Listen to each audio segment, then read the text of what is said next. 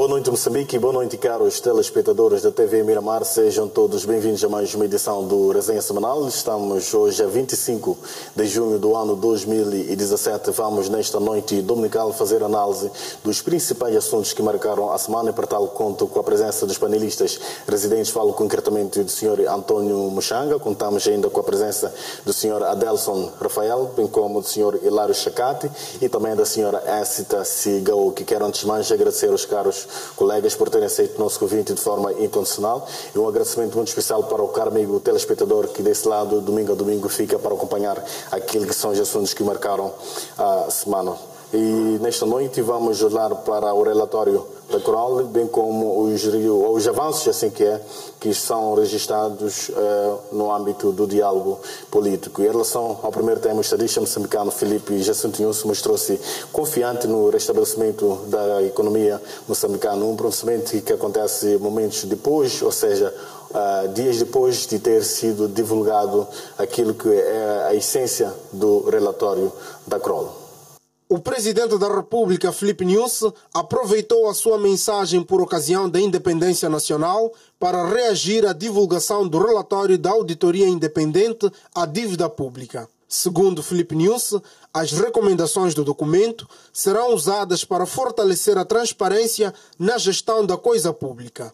As recomendações constantes do relatório poderão contribuir para o contínuo fortalecimento do sistema de controle e gestão de finanças públicas do nosso país, já em curso, sobretudo no concernente à gestão transparente da coisa pública e a responsabilização. Acreditamos que a Procuradoria-Geral da República saberá dar o devido seguimento às recomendações constantes do relator no quadro das suas competências e do seu mandato. Uma vez divulgado o relatório, Filipe Nyusi espera que se retome as relações com os parceiros do país que suspenderam o apoio ao orçamento do Estado em 2016, a quando da descoberta das dívidas. A divulgação do relatório da Auditoria Internacional Independente, aliada aos avanços que estamos a registrar no alcance da paz definitiva e a recuperação da nossa economia, reforça a nossa convicção de que caminhamos para a restauração da confiança junto dos parceiros e investidores. Já o primeiro-ministro garante total apoio do governo à Procuradoria-Geral da República nos passos subsequentes. Como disse, o relatório foi claro. Tem recomendações e a PGR vai continuar a trabalhar para os passos subsequentes, exatamente para dar resposta às questões que está a colocar. Portanto, mais trabalho vai ser dado agora, mais passos vão ser dados e, como dissemos ali, nós, como Governo, no âmbito da relação institucional com a Procuradoria-Geral da República, vamos colaborar para que a PGR possa esclarecer as questões que está a colocar agora. Há pouco mais de um mês, a Procuradoria-Geral da República recebeu da CROL o relatório sobre a auditoria das empresas Gematum, MAMI e Proíndico. O relatório de 63 páginas aponta para algumas inconsistências e, ainda assim, o estadista moçambicano Filipe Jacinto Nyusi mostrou-se hoje confiante no restabelecimento da economia moçambicana. Queria primeiro convidar o Sr. Adelson Rafael. Como é que olha então para esta reação do estadista moçambicano Filipe Jacinto Nyusi depois de termos recebido este relatório da CROL? Boa noite. Se permita-me, em jeito de preâmbulo, como nota introdutória, primeiro gostaria de debruçar-me um pouco sobre o relatório. Em função do comunicado da Procuradoria-Geral da República, de maneira explícita, a Procuradoria-Geral da República mostra ou diz que há uma concordância e no que diz respeito aos termos de referências e os resultados da auditoria. Não podemos esquecer que o objetivo primário do relatório, ele consiste basicamente para servir tecnicamente como uma peça ou uma ferramenta auxiliar para as investigações que estão em curso a nível da instrução preparatória. Agora, em função do pronunciamento do Presidente da República, julgo que é um reafirmar de um discurso que não é a primeira vez que o Presidente da República assim o faz, que diz que mostra toda a disponibilidade no que diz respeito ao Estado moçambicano em poder auxiliar a Procuradoria-Geral da República para o alcance dos seus objetivos. Em função dessas duas situações, em termos de satisfação por parte da Procuradoria-Geral da República no que diz respeito aos conteúdos, julgo que temos aqui um relatório que, de maneira geral, eu diria que satisfaz os interesses da Procuradoria-Geral da República. A preocupação maior seria se os resultados alcançados eles não pudessem facilitar ou auxiliar as investigações em cursos. E depois, com esse reafirmar do Presidente da República, aqui mostra que, em termos de resultados finais e objetivos sobre os quais estão em cursos as investigações, bem como a instrução do processo, prevejo que haja aquilo que seria um resultado satisfatório para a nação. Muito obrigado, Sr. Adelson. Quero convidar agora o Sr. Hilário Chacata. Levanta a mesma questão também. Como é que olha então para esta confiança manifestada pelo Presidente da República, Filipe Jacinto Nyusi, na manhã deste domingo? Por outro lado, o Filipe Nyusi encorajou a Procuradoria a continuar a trabalhar na instrução preparatória. Permita-me, em primeiro lugar, saudar aos telespectadores da TV Miramar e agradecer o convite que me foi formulado. Indo à questão que me coloca, também gostaria de dizer algumas coisas, uma ou duas coisas, relativamente àquilo que é o próprio relatório, não é?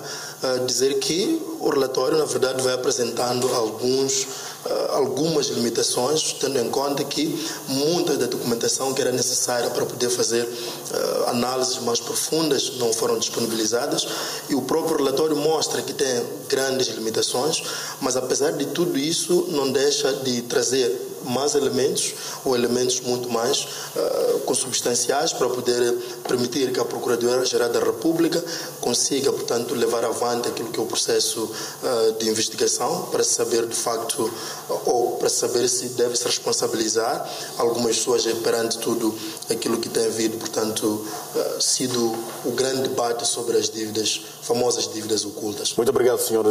Hilário Chacate, e quero convidar agora o Sr. António Xanga. Qual a leitura que faz em relação a este documento e esta confiança manifestada pelo Presidente da República, Filipe Jacinto Nyusi? É preciso lembrar que este relatório diz que os estudos de viabilidade das empresas Yematumami e Proíndicos indicam que estas esperavam gerar um conjunto de receita operacional de cerca de 2 bilhões de dólares norte-americanos até dezembro de 2016. E até a data do relatório tinham sido geradas receitas insignificantes e as mesmas só podem cumprir as suas obrigações da dívida e despesas operacionais com a nova injeção financeira. Como é que olha para tudo isto, Sr. António Xanga? Primeiro quero agradecer a Deus pela proteção em vida, saudar os irmãos muçulmanos por ocasião de Eid al-Fitr e pela oração da paz que eles têm feito. Também criticar um pouco a atuação da primeira-dama, que reuniu bebés para falar de gravidez precoce e casamentos prematuros. Eu penso que tudo tem sua idade, e a primeira-dama tem que saber que discurso deve fazer para bebês, que discurso tem que fazer para adolescentes, que discurso tem que fazer para jovens e adultos.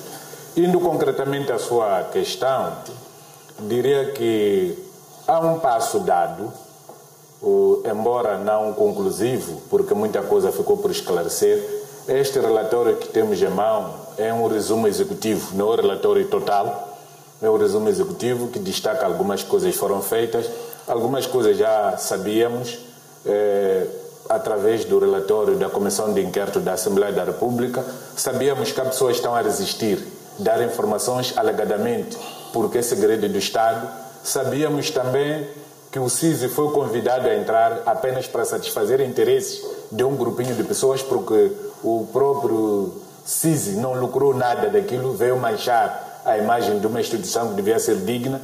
Sabemos também que houve uma tentativa de esforçar que o Ministério da Defesa assumisse que recebeu parte dos bens que nunca foram entregues. Portanto, a questão de fundo que fica é onde é que foi aplicado o dinheiro, quem são os responsáveis pelo desvio de dinheiro, com quem contaram para permitir que esta operação saísse da forma como tinham desenhado e ganhasse o dinheiro da forma como ganham.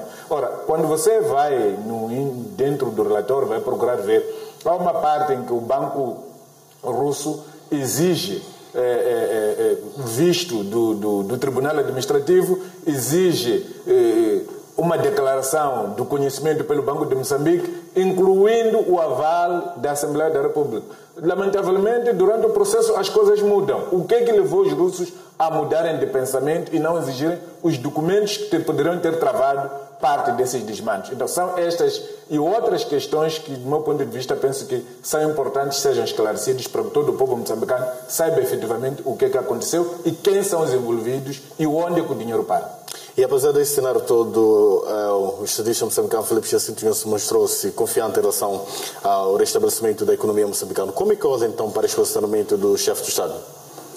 A questão da economia é uma questão que, para qualquer um, tendo em conta que a paz se restabeleceu no país, tendo em conta que a chuva caiu em todo o território nacional, tendo em conta que as populações se empenharam na agricultura, é possível, efetivamente, verificar que há alguma mudança em matéria daquilo que é a diversificação alimentar das populações, porque a maior preocupação do Presidente da República é que o povo moçambicano, no mínimo, tenha algo para comer. E, tendo em conta que nós acabamos de sair agora da época chuvosa, o povo moçambicano tem alguma coisa para comer. Portanto, estamos todos de parabéns, mas é preciso garantir que os excedentes vão ser produzidos, sejam conservados, porque pensa-se que até o fim deste ano, mais uma vez, podemos ter uma situação de seca. Então, é preciso ensinar as populações a conservarem a semente. Se a população não consegue conservar a semente e conservar excedentes para comer depois, que haja uma instituição estatal que se responsabilize por isso,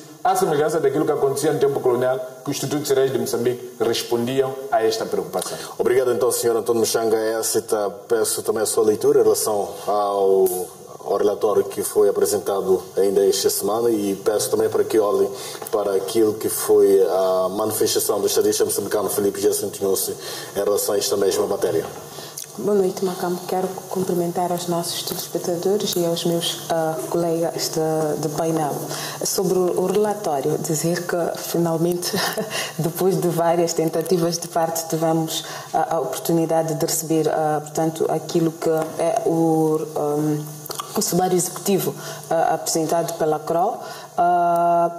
Dois fatos para mim são importantes. O primeiro é que da análise dos termos de referência, a Procuradoria da República sente-se confortada, portanto quero eu acreditar que o seu conforto baseia-se no fato de aquilo que foram acordados como sendo a visão que devia ter o relatório, o sumário executivo está lá, e segundo é o fato da Procuradoria da República, pelo menos com base nos seus pronunciamentos, acolher este relatório, portanto este sumário executivo. Sendo assim, quero eu acreditar que há condições para que esta mesma Procuradoria possa fazer o seu trabalho. E aqui eu queria talvez até discordar do meu colega aqui do lado do Chacate, quando abordava a questão da soberania. O que eu percebi é que, de fato, a primeira imposição é que uma instituição fizesse uma auditoria forense. Portanto, que fosse uma instituição internacional a vir a Moçambique e fazer todo este trabalho. E o que foi exigido, e é isto que finalmente aconteceu, que não houvesse aqui um trabalho de parceria que se definisse em termos de referência e que a Procuradoria, porque tem mandato e tem competências para tal, havia de fazer, portanto, aquilo que seria o trabalho propriamente forense. Portanto, o acolhimento que a Procuradoria dá a este relatório, quer-me parecer que é um reconhecimento tácito de que sim, estes termos de referência estão lá, refletem aquilo que foi previamente acordado e que há condições. Por outro lado, também, de fato, toda esta questão da dívida pública, se nós recuarmos um tempo, foi despolitada numa altura em que se pensava, portanto, em negociar, portanto, um novo pacote de ajuda, um novo pacote de cooperação. Portanto, terminava em abril, era preciso definir os passos subsequentes. Portanto, o FMI fez um compasso de espera e disse que, olha, há aqui situações que não estão muito claras. Nós temos uma relação com Moçambique, é membro do FMI, é nosso parceiro de cooperação e que nós temos acordado é que é importante que nós tenhamos conhecimento de toda a situação da dívida, portanto, todo o serviço da dívida.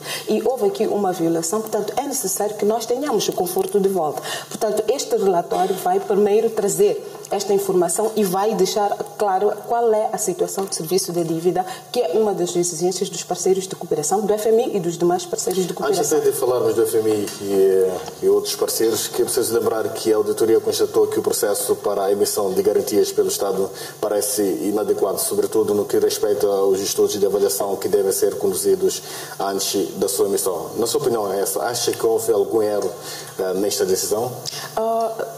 Macamo, eu gostava, e era para aí que eu ia, quando dizia que para mim, este processo deve, acima de tudo, ser entendido de uma forma didática, de uma forma pedagógica.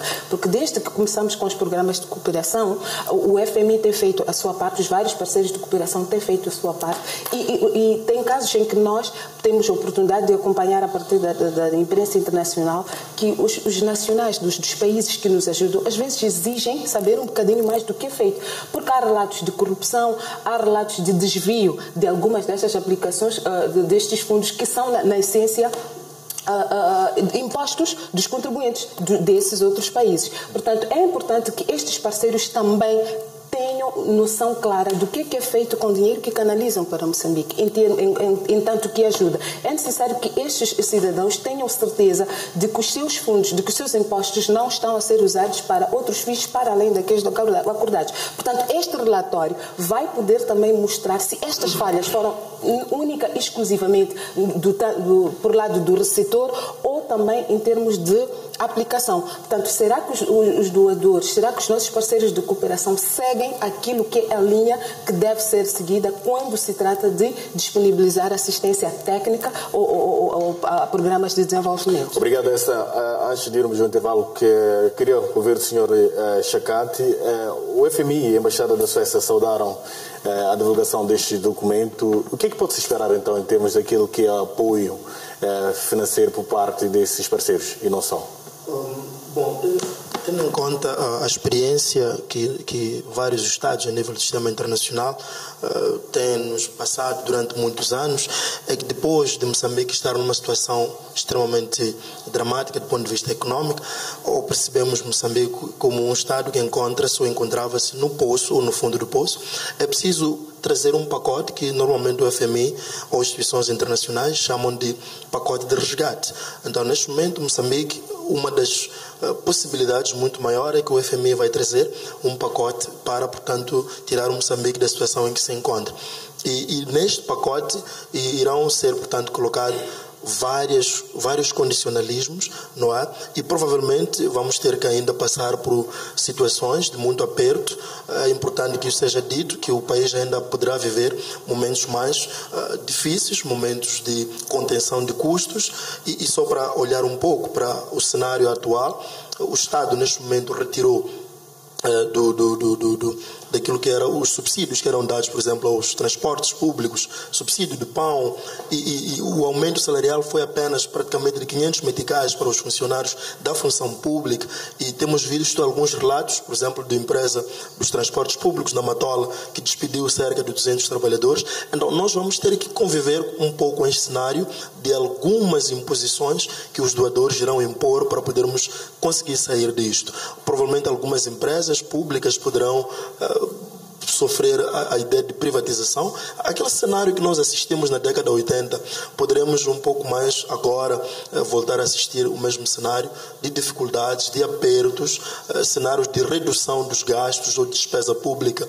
Então, penso que é esta a realidade, e os doadores provavelmente não, tenho quase certeza que irão voltar a injetar, portanto, o seu dinheiro, mas esse dinheiro não vai ser, digamos, sem passar por esta base toda de condicionalismos, como a gente assistiu, por exemplo, na Grécia, que ainda continuamos a assistir, que o FMI e as outras instituições financeiras internacionais, incluindo a própria União Europeia, impôs condicionalismos e que há muita redução, portanto, da despesa pública. Então, é este cenário que nós temos que esperar em Moçambique, e não é um cenário fácil, então não podemos pensar que o momento da crise já passou. Parece estar a ser contraditório, porque o chefe do Estado tem sido recorrente a nos dizer que Moçambique está de volta, é boa notícia, e há dados claros, indicadores que mostram que a economia de facto está a recuperar. Não se pode negar que o dólar baixou para 60, de 80 meticais em que se encontrava. Não há indicadores muito encorajadores, mas também é importante dizer que ainda vamos ter que fazer um pouco de apertos, vamos ter que passar por situações um pouco mais difíceis. Obrigado então, Sr. Checate. Sodelson, antes de reagir, pediu a palavra, mas antes queria perceber, senhor, esta questão da falta de clareza, até que ponto pode-se abrir espaço para a responsabilização das pessoas que eventualmente estejam envolvidas neste processo todo, no modo geral? Esta questão das dívidas neste caso. Ok, eu julgo que em algum momento há que a gente ir buscar, temos limitação de tempo que a gente tinha que entrar nas questões conceituais, porque há várias coisas que o entendimento, julgo eu que seria de melhor entendimento se a gente entrasse nas questões conceituais. Mas, dando resposta, se nós formos às recomendações, a gente pode ver que mais do que identificação de falhas ou erros cometidos, há aqui, e aí eu concordo com a Écita quando diz uma questão didática, há aspectos sobre os quais a gente tem que pegar nele e efetuar uma análise profunda sobre o risco de não só cingirmos a analisar este caso específico a nível das dívidas ocultas, mas aqui não se adotar as medidas que vêm lá das recomendações e termos aqui. Refiro o quê? Quando falam, por exemplo, da situação da obrigatoriedade, de uma recomendação da obrigatoriedade de, em todo o Estado, todas as empresas intervencionadas pelo Estado, cada aquilo que é a governação corporativa. Se a gente efetuar uma comparação com os diversos países, não só na região, a nível mundial, a gente vê que essa é uma prática que é recorrente e que já vem ao longo dos anos.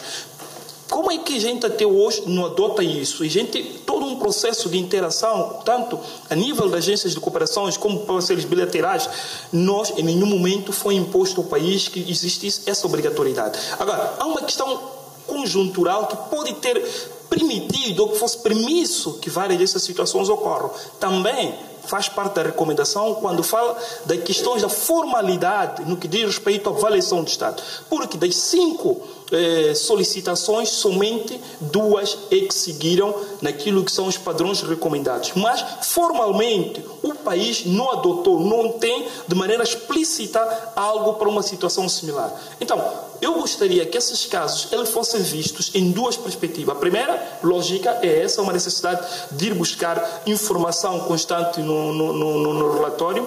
E é importante também aqui dizer, em função das limitações que foram encontradas, há um questionamento. As limitações são decorrentes da investigação da auditoria ou as limitações são decorrentes do que vinha nos termos de referência? Eu já dou um exemplo concreto. Se a gente diz que houve em algum momento a recusa de partilha de informação, será que a Procuradoria, em função da temática sensível de questão de defesa, ela previu a necessidade de encontrar quais os mecanismos ou instituições poderiam auxiliar para que essa informação fosse colhida?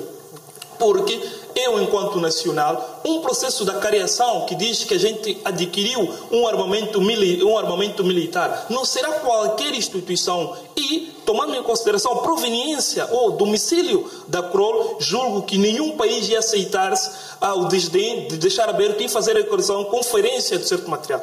Aí difere daquilo que é a discrepância que pode existir do processo da fatura, da adquisição de um bem e o processo da cariação, a contabilização factual ou física disso. Então, eu julgo que aqui temos informação, no processo de investigação, julgo que há uma necessidade de ir buscar outras instituições em função da sua representação a nível do Estado para que elas possam complementar, para que a gente possa dirimir certas dúvidas.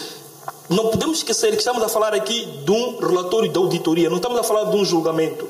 É importante dizer que toda a informação que prevém daquilo há uma necessidade de provar em sede do julgamento. Não vamos tomar isso como um resultado definitivo e sobre o qual a gente vai fazer análises conclusivas. De maneira alguma. Pode ser que documentos em falta ou mecanismos da cariação em sede própria a gente possa ter ou dirimir certas dúvidas. Okay. Então, esses aspectos é que eu gostaria de que a gente tomasse em consideração. tomar em consideração que estamos perante uma ferramenta auxiliar. Não estamos aqui num processo a acabar. Obrigado então, senhor.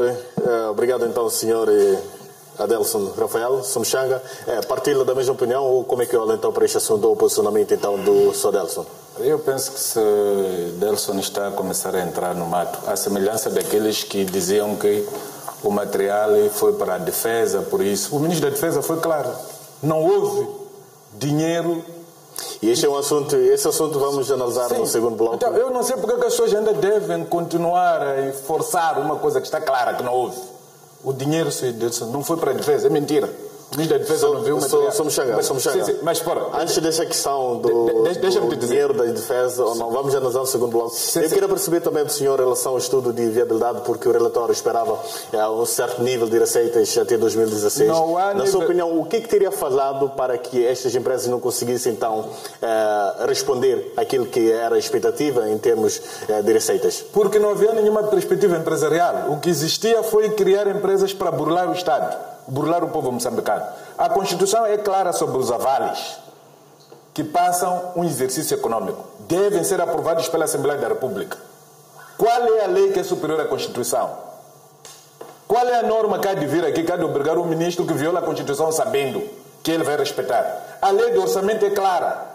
As instituições relevantes, o Banco de Moçambique não foi informado, o Tribunal Administrativo não foi informado. Será que no Banco de Moçambique há elementos da RNAM?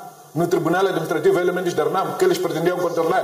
Portanto, aqui não pode haver desculpa de mau pagador aqui. As pessoas devem dar uma palmatória a assumirem que eles associaram-se para delinquir. E delinquiram.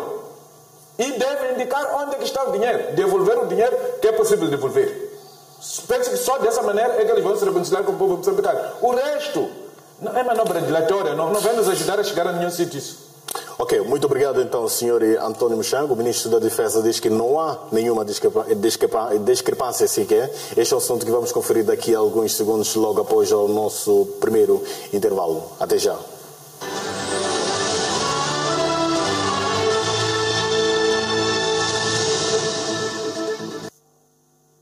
Vivi anos maravilhosos de televisão. A jornalista Silvia Popovic. Eu acho que nós brasileiros amadurecemos muito nesses últimos anos. E Paulo Bonfá ensina novas palavras. CrossFit. No programa do Purchá.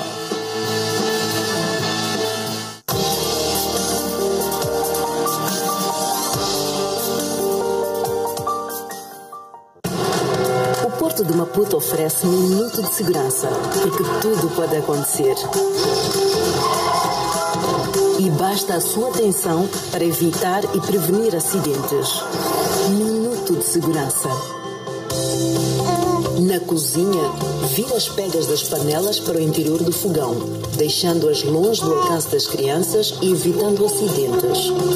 Não use aventais de plástico ou panos que possam enrolar-se nos cabos ou pegar fogo. Faça frituras nas bocas de trás. E se o óleo incendiar, não tente apagar com água. Tape com uma tampa ou cubra com uma toalha úmida. Ao abrir o forno, evite o calor ficando na lateral. Um minuto da sua atenção vale muito.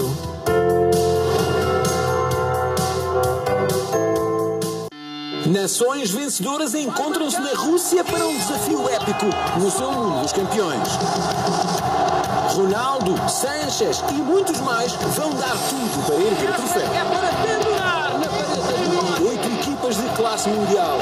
16 duelos empolgantes. Com a análise de especialistas. Todos os minutos de todos os jogos em direto e em alta definição. Marcará um golo mais importante. Celebre o melhor do futebol. Taça das Confederações da FIFA. Cada jogo é uma final. Todo o futebol de classe mundial na Supersport. O mundo dos campeões na tua GoTV. No mês da independência, compra o Smart Kick em prestações pelo serviço Pouco Pouco. O valor mínimo da primeira prestação é de 149 meticais e tens até 3 meses para completares o pagamento através da tua conta M-Pesa. Ativa asterisco 111 cardinal. Seleciona a opção 6 serviços e compra já o teu Smart Kika. Depois de pagar todas as prestações, levanta o teu celular numa loja Vodacom. Liberdade é comprar o Smart Kika pelo pouco. Vodacom. Tudo bom para ti.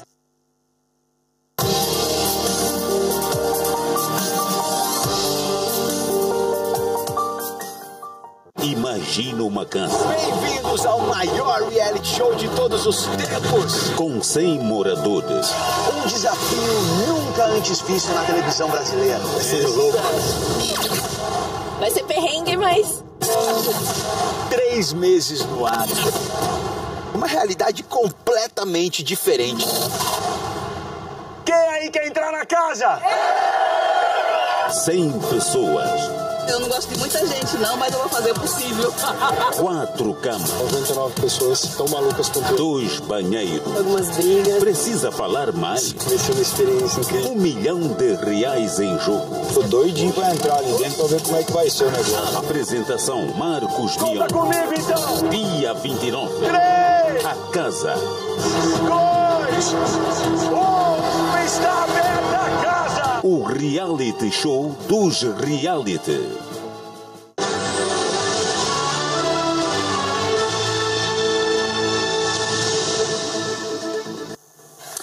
Boa noite, uma vez mais estamos de volta para a segunda parte do Resenha Semanal. O Ministro da Defesa diz que não há nenhuma discrepância e que não recebeu nenhum armamento.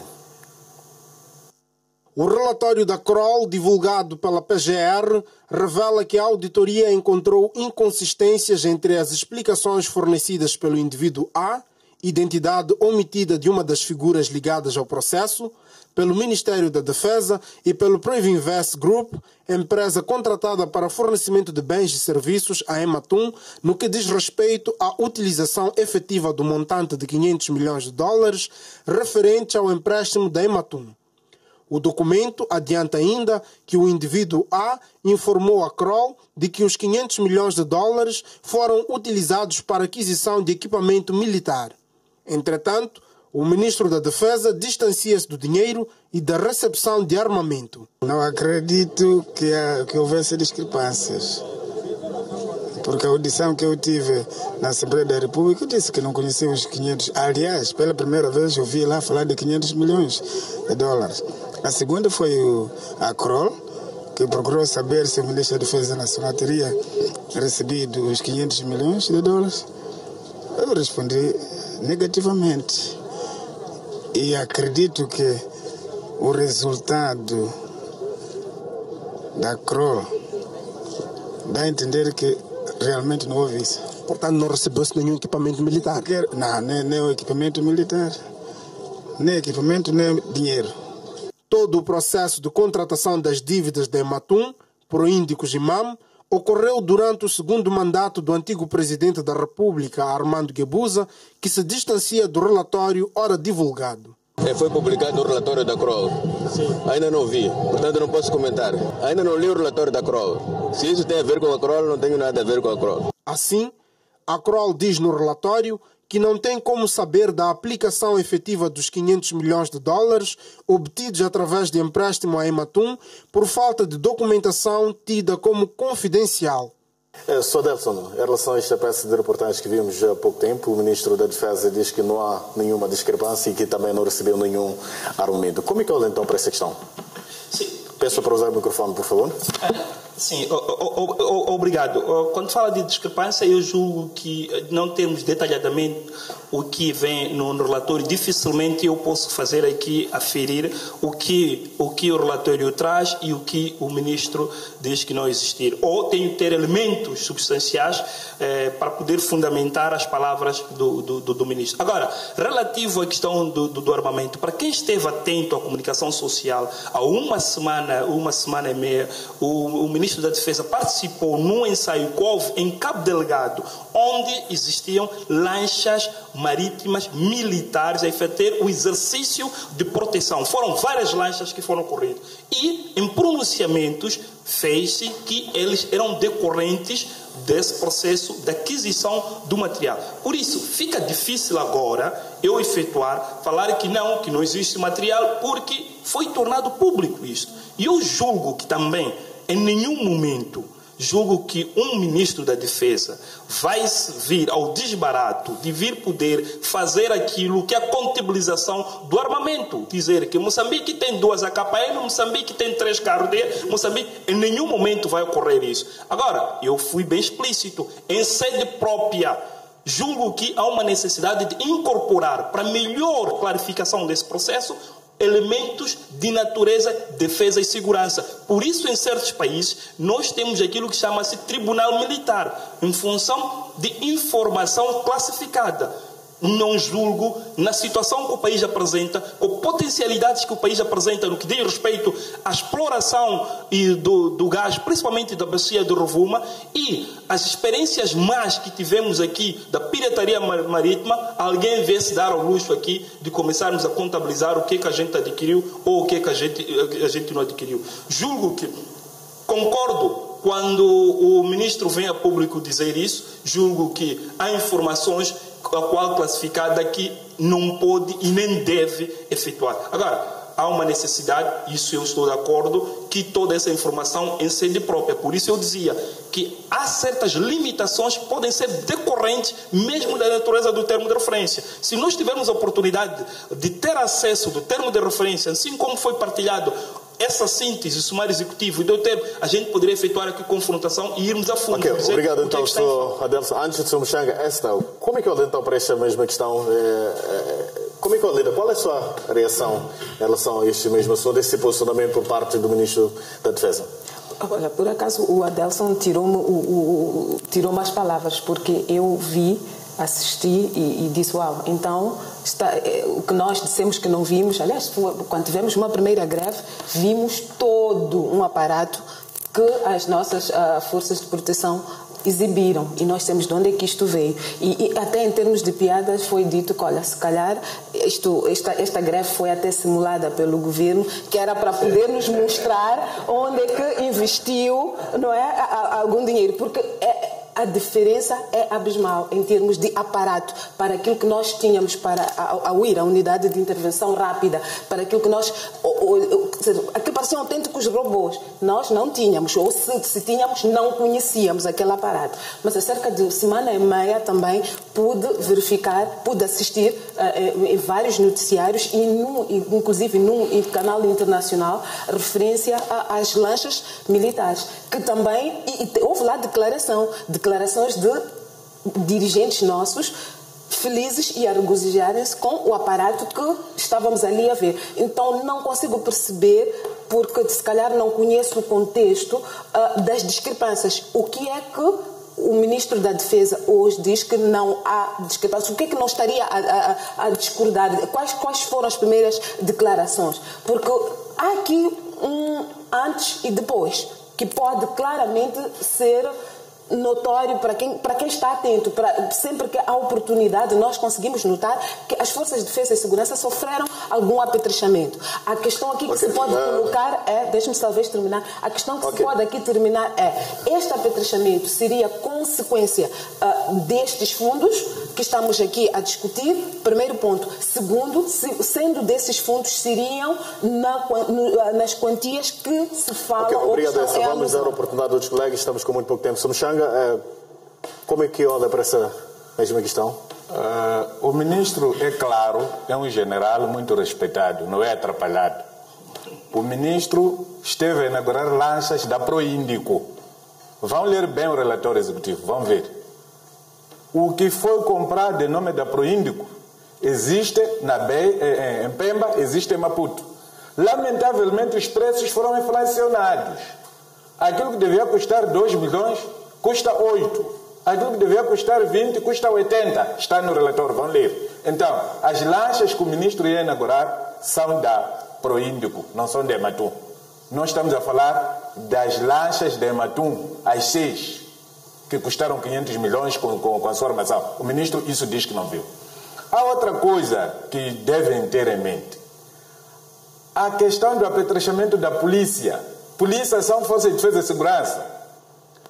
Ou na conta geral de 2000, discutida em 2014, que decifrou os 500 milhões de dólares para a defesa e os 350 para a pesca, tem lá um valor de 224 milhões de dólares dados ao Ministério do Interior. O material de que vocês estão a falar foi adquirido com base em 224 milhões de dólares dados ao Ministério do Interior, né, em 2013. Vão ver a conta geral do Estado, vão apanhar isso. Então não venham aqui com coisas que não existem. Mas quem fez a apresentação não foi o Ministro do Interior, foi o Ministro da Defesa. Fez a apresentação de quê? Das lanchas a nível de Cabo Delgado. Estou a dizer, as lanchas da Proíndico. Não, refiro-me porque diz que... São duas coisas que vocês levantaram aqui. Levantaram a questão daquilo que o ministro foi ver. As lanchas foram adquiridas com o valor da Proíndico, não o valor da Ematum. Vão ver no relatório onde apanhar. Mas quem fez e depois, o apetrechamento das forças de defesa e segurança, essa coisa da FIRI que esteja a referir, foram apetrechadas com 224 milhões dados ao Ministério do Interior em 2013. Está na conta geral aprovada em 2014 isso. Então não venham aqui fazer confusão. O ministro não se atrapalhou. O ministro sabe o que está a dizer. É um general experiente e sabe o que está a dizer. Então, refere-se podemos comentar? Quando fala o dinheiro, são os 500... Os 500 milhões da Ematum não estão justificados por... Obrigado, então, sou Chacati. Vou ao senhor agora. Como é que olha, então, para a questão do conflito de interesses que é chamado aqui pelo... ou seja, o relatório diz que há conflito de interesse em relação a potenciais intervenientes nesta mesma questão. Bom, eu vou tentar cingir-me àquilo que é o relatório. Não li todo o relatório, mas li dei uma olhada no relatório. E quando fala-se, queria voltar a comentar essa questão de discrepância, não é? O relatório fala de discrepância no valor de 500 milhões de dólares, que sempre já vinhamos ouvindo que dos 850 milhões que foram, portanto, dados como empréstimo para a empresa Ematum, 350 milhões foram investidos para a compra de barcos para a pesca de atum. E depois ficava um remanescente de 500 milhões de dólares que foi, portanto, investido para a defesa e segurança. Então, são esses 500 milhões, não é, que o ministro portanto, abordado sobre os mesmos. Ele diz que não tem nenhum conhecimento, não chegou a receber esse dinheiro. Também preciso olhar para o contexto. Na altura em que esse dinheiro foi canalizado, o atual ministro da Defesa não era o ministro da Defesa. O atual presidente da República que era o ministro, portanto, da Defesa e Segurança. Então, é justo que ele comente nesses termos de que não viu esse dinheiro. Também penso que devo concordar com os dois colegas quando dizem que assuntos da segurança são bastante sensíveis e o ministro não viria, portanto, ao público dizer que de facto recebemos os 500 milhões e se esses 500 milhões foram canalizados para este mais aquele efeito. Existem situações muito mais sensíveis de segurança, como por exemplo, vou aqui dramatizar, no contexto da real politics ou no contexto da política na sua dimensão mais agressiva, os Estados em algum momento mandam fazer coisas muito mais agressivas que não se pode trazer ao público. Então, imaginar aqui o serviço secreto a vir dizer que, olha, usamos o dinheiro XX para mandar executar uma missão extremamente delicada que até pode ter culminado em morte de algumas pessoas e que isso não se pode trazer ao público. São matérias altamente classificadas. Então, eu penso que essa discrepância é uma discrepância que no contexto de segurança faz muito sentido. E não se esperava que o ministro da Segurança viesse dizer a Kroll que, olha, o dinheiro da segurança, vamos comprar isto, mas aquilo. Sem querer justificar. É preciso dizer que, de facto, os meios que foram usados para o empréstimo, não há dúvida que todos nós concordamos que não foram, portanto, meios legais. E há aqui também uma questão muito interessante que o próprio ministro não, lá trata-se de agente D, se a memória não me traz, DOC. Agente DOC, que ele diz que ele aceitou, portanto, assinar o aval, mesmo sabendo conscientemente que estava a cometer um crime. Então, não há sombra de dúvida que concordamos todos nós que houve aqui violação daquilo que é a lei, portanto, orçamental.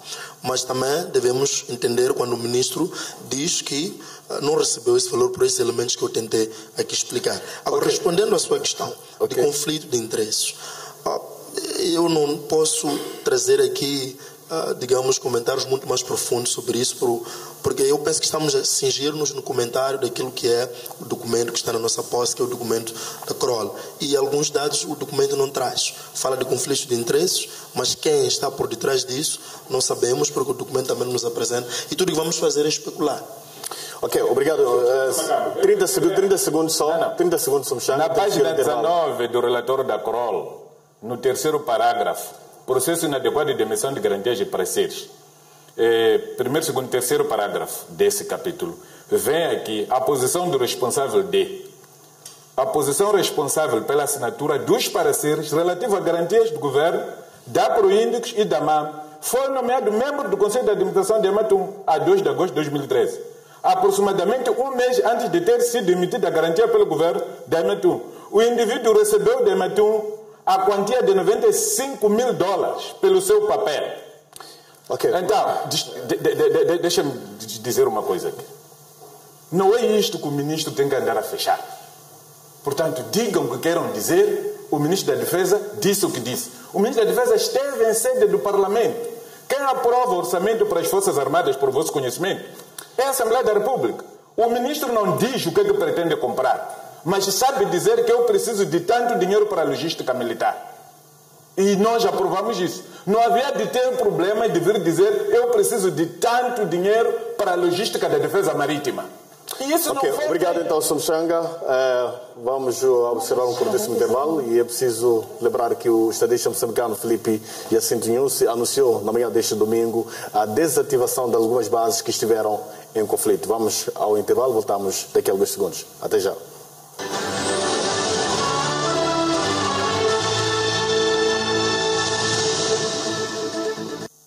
Olá, no Domingo Espetacular, o novo perfil dos motociclistas que se envolvem em acidentes graves. A maioria das vítimas não é mais quem trabalha com a moto. E veja quais os cuidados que precisamos ter no trânsito. O enigma de uma beleza rara. Conheça a menina que nasceu com olhos de uma cor impressionante e agora está prestes a se tornar modelo. E ainda a revelação de uma estrela de Hollywood que surpreendeu o mundo. É no Domingo Espetacular.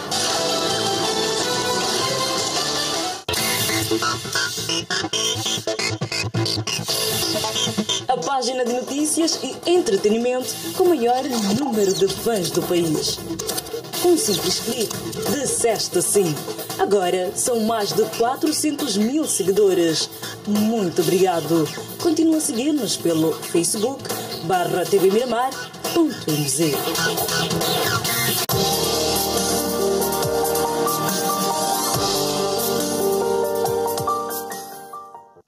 Nações vencedoras encontram-se na Rússia para um desafio épico no seu mundo dos campeões.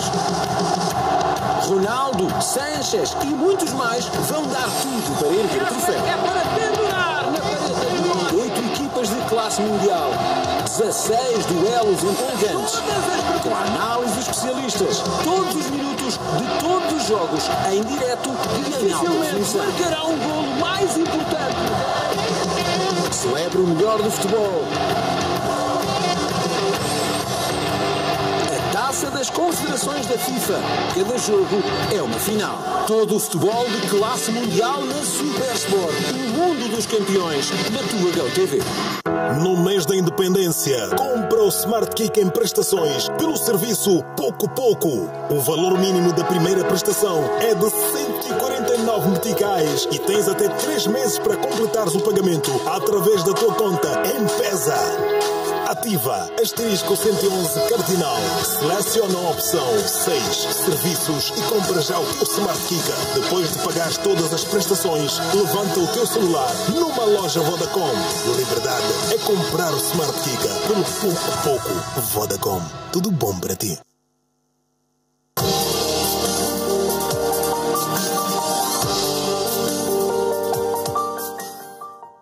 Arminda não resiste a Joca. Sabe que agora eu tenho certeza de uma coisa? O quê? Que a gente nasceu um pro outro.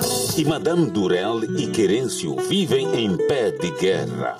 Na história da arte, a modelo se apaixona pelo retratista e fica morrendo de ódio. Ribeirão do Tempo.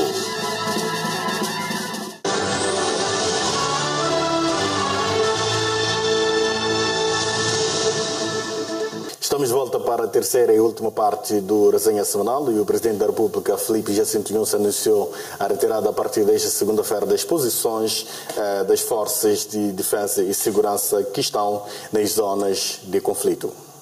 Na sua mensagem por ocasião dos 42 anos da independência nacional, o Presidente da República destacou no seu discurso que o diálogo político com a Renamo está a progredir para o alcance da paz efetiva em Moçambique. O diálogo com a Renamo continua através das comissões de descentralização e dos assuntos militares.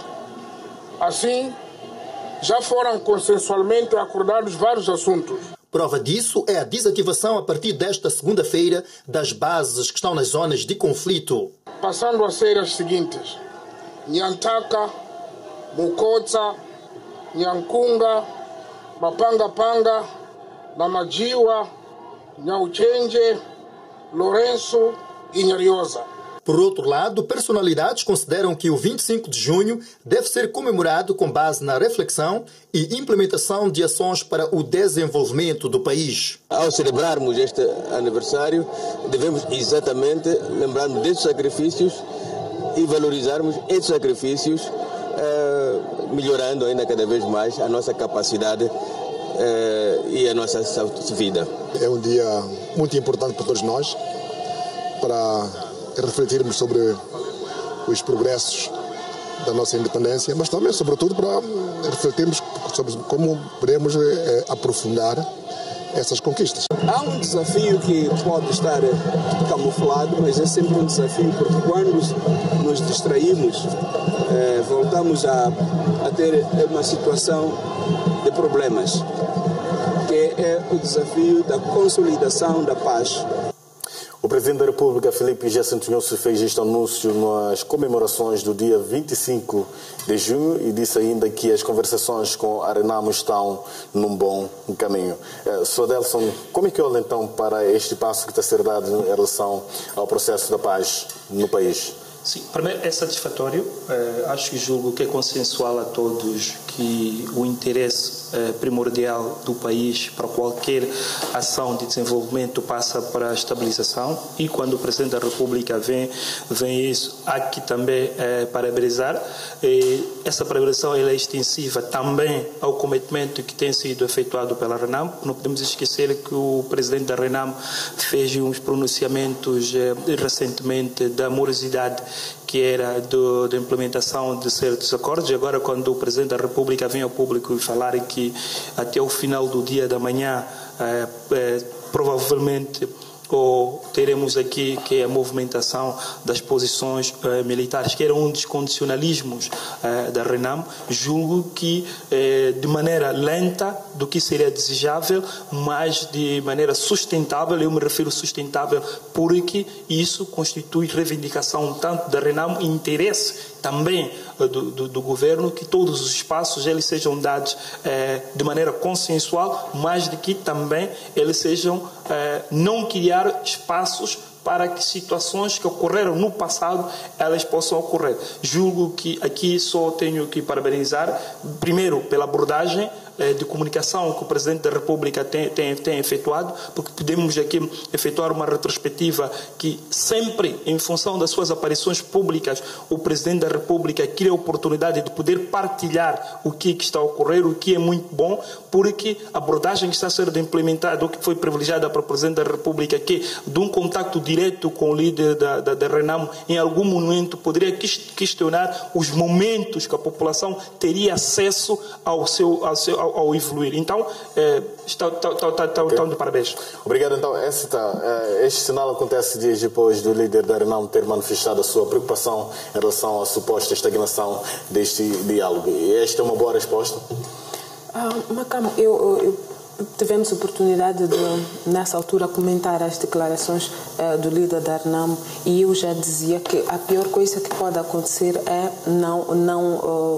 não dar-se o salto qualitativo ou permitir-se que o líder da Renamo regredisse naquilo que é a confiança por todo este processo.